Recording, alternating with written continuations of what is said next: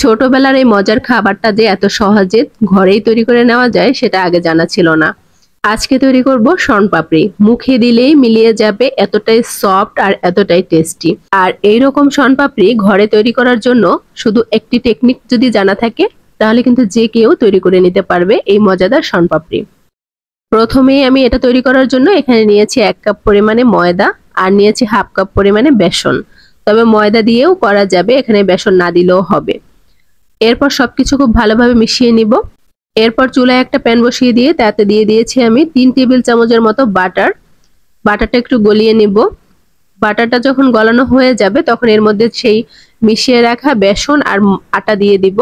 দিয়ে খুব ভালোভাবে নেড়েচেড়ে মিশিয়ে নিতে হবে আর চুলার আঁচটা একেবারে লো করে দিতে হবে। লো করে দিয়ে অনবরত নাড়তে থাকতে হবে। একটা সময় এটা কিছুটা দলা দলা মনে হবে, কিন্তু নাড়তে নাড়তে যখন এটা একদম ভাজা ভাজা হয়ে যাবে তখন ঠিক এভাবে ঝুরঝুরা হয়ে যাবে। আর সুন্দর একটা ফ্লেভার যখন আসবে তখন এটাকে নামিয়ে ফেলতে হবে। আর এরপর এটাকে নামিয়ে ঠান্ডা করে আমি চেলে নেব। আর চেলে নেওয়ার কারণে এটা কিন্তু আরো ঝুরঝুরা হয়। এই তো আমি সবগুলা চেলে নিয়েছি, এখন এটাকে একপাশে রেখে দিব। এখন শনপাপড়ি তৈরি করার জন্য মেইন উপকরণ তৈরি করে নিব। এখানে নিয়েছি আমি চিনি, এখানে 1 কাপেরও বেশি চিনি নিয়েছি। তার মধ্যে আমি পানি দিয়ে দিব, পানির কোনো মাপঝোপ নাই। এখন এই চিনি দিয়ে আমি ক্যারামেল তৈরি করব। আর এই ক্যারামেলটা কিন্তু 2-1 মিনিটেই তৈরি করা যাবে না, অনেক লম্বা সময় জাল করে এটাকে ক্যারামেল তৈরি করে নিতে হবে। প্রথম অবস্থায় চুলার আঁচ মিডিয়ামে রেখে চিনিটাকে পুরোপুরি গলিয়ে নিতে হবে। এরপর চুলার আঁচ একেবারে লোয়ে করে দিয়ে কমপক্ষে 20 থেকে 25 মিনিট এটাকে জাল করতে হবে। যখন কিছুটা ঘন হয়ে আসবে তখন এর মধ্যে দিয়ে দেব আমি লেবুর রস। অবশ্যই লেবুর রস দিতে হবে, না হলে কিন্তু জমে যাবে।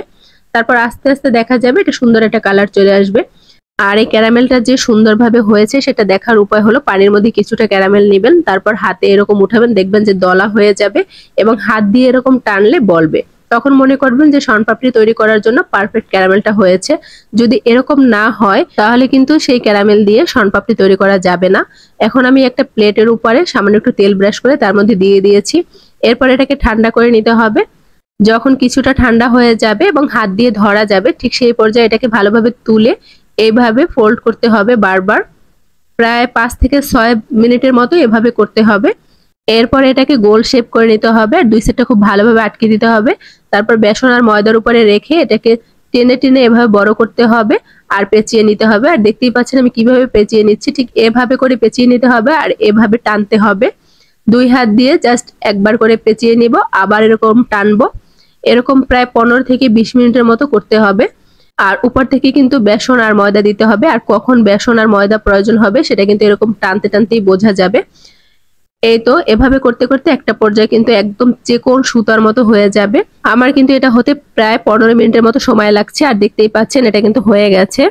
এরপর এটাকে উপরে তুলে একটু ঝাড়া দিব, এতে করে এক্সট্রা যে বেসন আর ময়দার ইয়াটা এটা পড়ে যাবে। এরপর এভাবে করে হাত দিয়ে ছিঁড়ে নিতে হবে। এরপর যে কোনো কিছুর উপরে রেখে এটা শেপ করে এরকম ছোট ছোট করে বানিয়ে নিতে হবে। আর উপরে চাইলে বাদাম কিশমিশ যে কোনো কিছু দেওয়া যেতে পারে। দেখলেন তো কতটা সহজে মজার এই শনপাপড়ি ঘরেই তৈরি করে নেওয়া যায়। আর কতটা পারফেক্ট হয়েছে সেটা তো আগেই আপনাদের দেখিয়েছি। ক্যারামেল পারফেক্ট হলে শনপাপড়ি তৈরি করা একদম ইজি। আশা করি আমার রেসিপিটা ভালো লেগেছে। সবাই ভালো থাকবেন। আল্লাহ হাফেজ।